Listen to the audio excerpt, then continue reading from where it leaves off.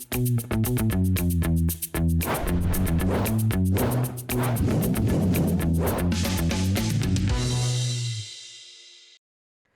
बार थोड़ा सा प्रॉफिट कमाने के चक्कर में हम कुछ ऑफर्स और कुछ कोइंसिडेंट पर हद से ज्यादा भरोसा करके अपना बहुत बड़ा नुकसान कर बैठते हैं और स्कैमस्टर्स के हाथ की कठपुतली बन जाते हैं। नमस्कार, मैं संदीप कसालकर क्रिप्टो टीवी के इस खास शो क्रिप्टो क्राइम्स में आज मैं आपको ऐसी एक क्रिप्टो करेंसी के नाम पर बुनी हुई ठगों की रोमांच, धोखे और ड्रामे से भरी आमची मुंबई के गिरोह के बारे में बताऊंगा, जिनकी क्रिमिनल क्रिएटिव थिंकिंग और स्कैम के टेक्निक के चर्चे देश विदेश में वायरल हो रहे हैं। मुंबई में स्थित माटुंगा पुलिस के लिए दिन रोज की तरह था, लेकिन जो मामला उनके पास आया था वो शायद आम दिनों जैसा नहीं बल्कि बेहद अलग था। दरअसल माटुंगा में रहने वाले एक म्यूजिक टीचर ने उसके साथ बिटकॉइन के नाम पर हुई 2.43 लाख रुपए का ठगी का मामला दर्ज करवाया था, जिसके बाद पुलिस ने बिना कोई वक्त गवाए इसकी जांच शुरू कर दी थी।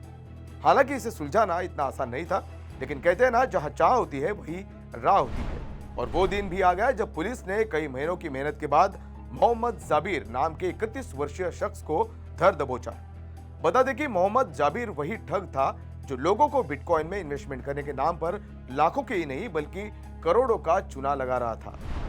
पुलिस की जांच जैसे जैसे आगे बढ़ने लगी, वैसे वैसे परत दर परत इस धोखाधड़ी से जुड़े सभी राज सामने आने लगे।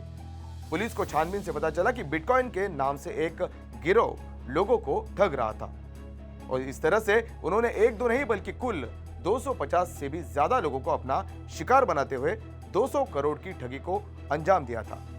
इस तरह से पैसों के हेरफेर को अंजाम देने के लिए गिरोह ने अलग अलग बैंकों में 11 अकाउंट खुलवाए थे।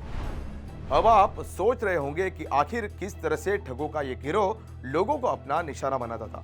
तो पुलिस ने अपनी जांच में यह पाया कि गिरोह में शामिल जाबिर हर बार करीब 1 करोड़ मैसेज की लिमिट वाला बल्क एसएमएस सर्विस खरीदता था। इसकी मदद से वो एक साथ लाखों लोगों को मैसेज कर आकर्षक रिटर्न के वादे के साथ लोगों को अपने ऐप आरोहस और एग्रो पीआरओ के जरिए बिटकॉइन में इन्वेस्ट करने के लिए कहता था। दरअसल ये गिरोह पहले लोगों को एक मैसेज भेजता था। मैसेज में बताया जाता था कि अगर आप बिटकॉइन में इन्वेस्ट करेंगे तो 200% तक का मुनाफा कमा पाएंगे। इसके लिए ये मैसेज के साथ एक ऐप लिंक भी भेजते थे। इसके बाद एक व्हाट्सएप ग्रुप के जरिए अनसस्पेक्टिंग इन्वेस्टर्स को जोड़ा जाता था। इन्वेस्टर्स का कॉन्फिडेंस बढ़ाने के लिए वो खुद लोगों को पोर्टफोलियो मैनिपुलेट करके कम इन्वेस्टमेंट में ज्यादा प्रॉफिट दिखाता था। और एक पॉइंट पर जब गैंग को लगे कि कलेक्टिवली बड़ा अमाउंट आ जाता है तो ऑल ऑफ सडन इस एप्लीकेशन को हमेशा के लिए डिलीट कर देते थे। कुछ दिन शांत रहने के बाद एक गैंग फिर नए नाम वाली सिमिलर एप्लीकेशन बनाकर उसकी लिंक बल्क एसएमएस से शेयर करके बेचारे मिडिल क्लास इनोसेंट लोगों को टारगेट करती थी। इस एसएमएस कम क्रिप्टो स्कैम की चैन शायद और भी लंबी चलती, लेकिन ऐन मौके पर माटुंगा पुलिस ने विक्टिम्स के बैंक अकाउंट्स के थ्रू डिडक्ट हुए मनी को फॉलो करके इस पूरे गैंग को अरेस्ट कर लिया है।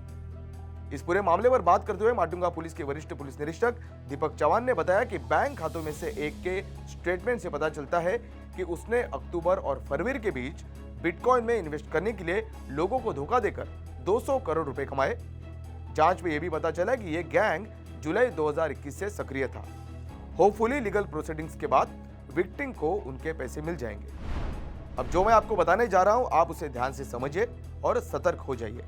अगर आपको बिटकॉइन माइनिंग के नाम पर किसी भी तरह का कॉल आता है तो सावधान हो जाइए, क्योंकि हो सकता है कि आप किसी ठग का शिकार बनने जा रहे हैं। इस तरह से कभी भी इन्वेस्ट करने से पहले कंपनी से लेकर एक्सचेंज के रूप में खुद को पेश करने वाले किसी भी शख्स की पूरी तरह से जांच के बिना कभी भी अपनी मेहनत की कमाई को इन स्कैमस्टर्स को देने से बचिए।